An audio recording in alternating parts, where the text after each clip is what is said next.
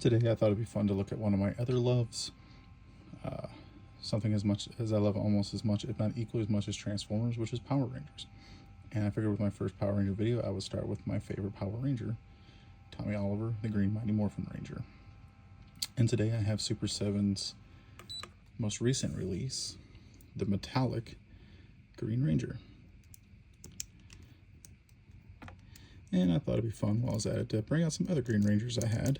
Not all of them, otherwise we would be here all day. So I just kind of handpicked a few over the years that I thought would be good to look at. So this one has more of a metallic design along with weaponry that makes it look like the original 1990s Green Ranger release, which would be this one. Because all the weapons have a gray and white plasticky feel or color to it that looks like those. Looking at his dragon dagger, looks pretty generic. He comes with a blade blaster that's very reminiscent to that Green Ranger from the 90s that came out, down to the hole in the hand for the peg, or hole in the handle for the peg. Now these Super 7 figures, they look pretty nice, the paint's pretty nice, but the articulation is extremely lacking, which makes it not my most favorite. His head does turn, it does look up and down. Arms are stiff, they go out that far. Bicep swivel. Arm has one joint at the elbow, and that's it. Arms can move all the way around. You do get an ab crunch. Waist rotation, legs go up only about that far, because this piece right here prevents it from going any farther. And about that far back. He only has one knee bend, and that's it. Get a rotate here.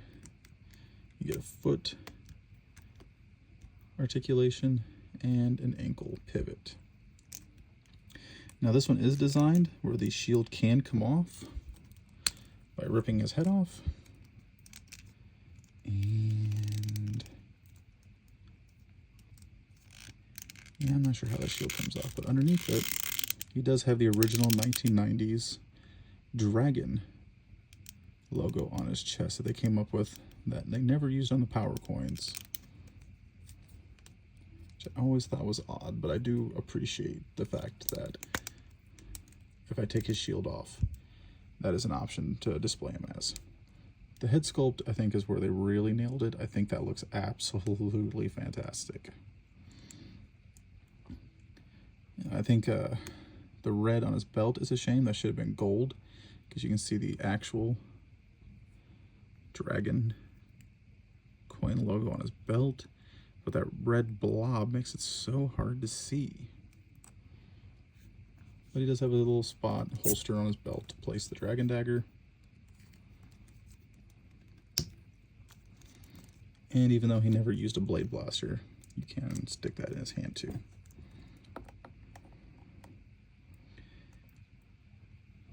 Considering Hasbro really doesn't seem to want to make Transformers, or I'm sorry, Power Rangers anymore, I think Super 7 is doing a pretty good job keeping it alive for us. And I can appreciate that. Looking at some of the other ones here, you have the original Mighty Morphin Green Ranger. They came out in 1995, 93. This one's the flip head. It does come with that dragon logo. Mine's got a pretty nasty scratch in it. This one was one of mine from when I was a kid. Where you can switch into Tommy Oliver and morph him into the Green Ranger.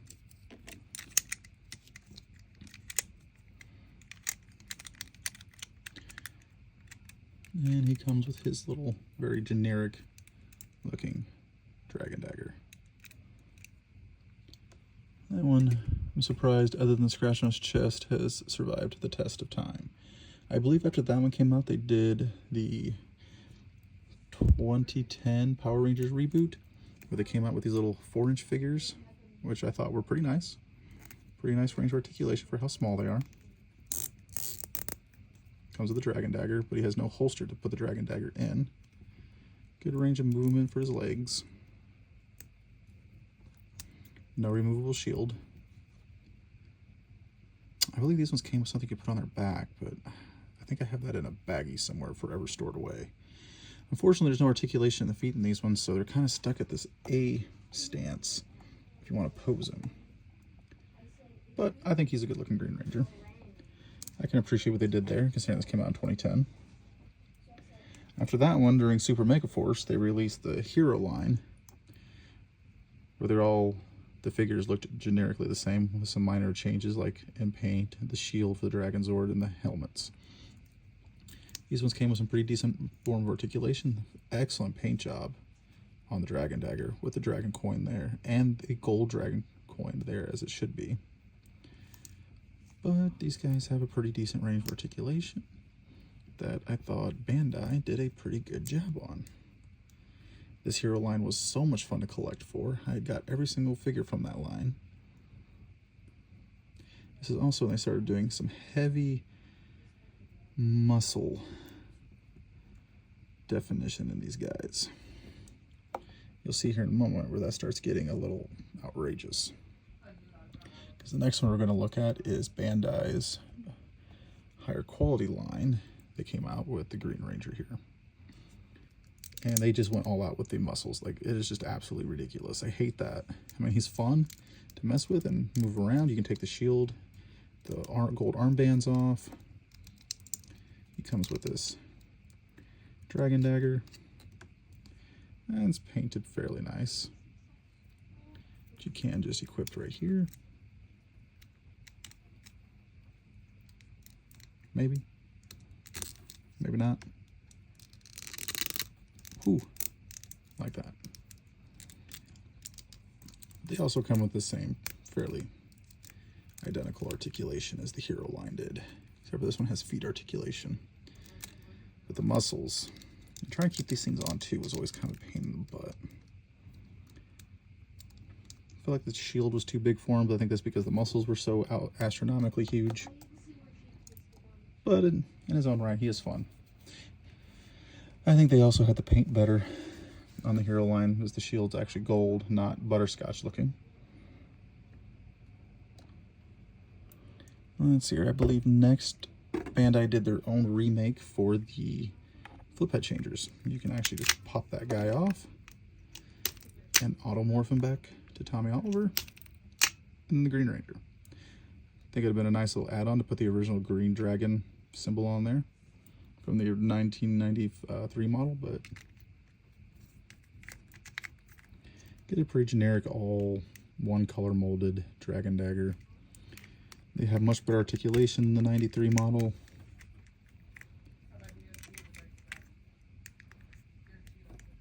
Whew, that's stiff.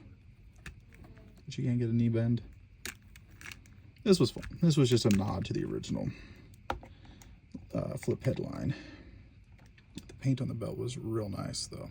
You can actually make out that this is Power Rangers with the Dragon coin there. And then when Bandai decided to do the more high quality line, they decided to do the Legacy line. And this is one of my favorite line of Power Rangers ever. Borderline better than Lightning Collection, but kind of just depends for me. I hated the over muscly looking bodies still, but their articulation was fun. I love that they were, I believe these are 6-inch figures, or maybe they're 6.5. They came with just fantastic joints and articulation. Really nice looking colored painted Dragon Dagger and Sword of Darkness. I think the helmet could have been molded a little better. I feel like a lot of details kind of lost in this one. But an actual gold shield was pretty nice. Once Bandai lost the rights to make the Power Ranger toy line, Hasbro bought them. And they started the Lightning Collection. And I always thought that these had much better paint and articulation. But I just thought the body style looked so strange to me compared to the Legacy line. Actually, it has a really nicely painted gold belt that this one doesn't have. This is more of a butterscotch belt. And this is much more of a vibrant gold, or this is much more of a darker butterscotch looking gold. But this shield is not removable. I believe this one is, but he doesn't have anything underneath it, so there's no point in changing that out. Very nicely painted weapons. Very nicely painted Sword of Darkness, along with this little neat green lightning effect. The articulation on these guys is probably top notch. Getting a full double jointed knee, rotation there. There, the arms double jointed, bicep arms move up and down. You get a butterfly effect there, which was so nice. I think the helmet looks phenomenal, how that's molded. But the fact that these guys have damn near no neck, it's just shoulder to head. I think the waist area through here looks so strange. It's nice you get the joint there and this swivel there, but like that just looks natural, even though it's overly muscular. But this just looks odd to me. I don't know, maybe it's just a me thing.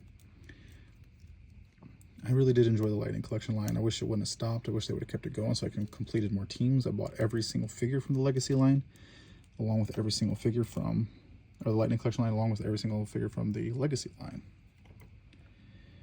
Before Hasbro just decided that they were done with Power Rangers for the time being, and they licensed it off to Playmates. We'll see how those turn out. This is Super 7's Green Ranger model before the metallic one.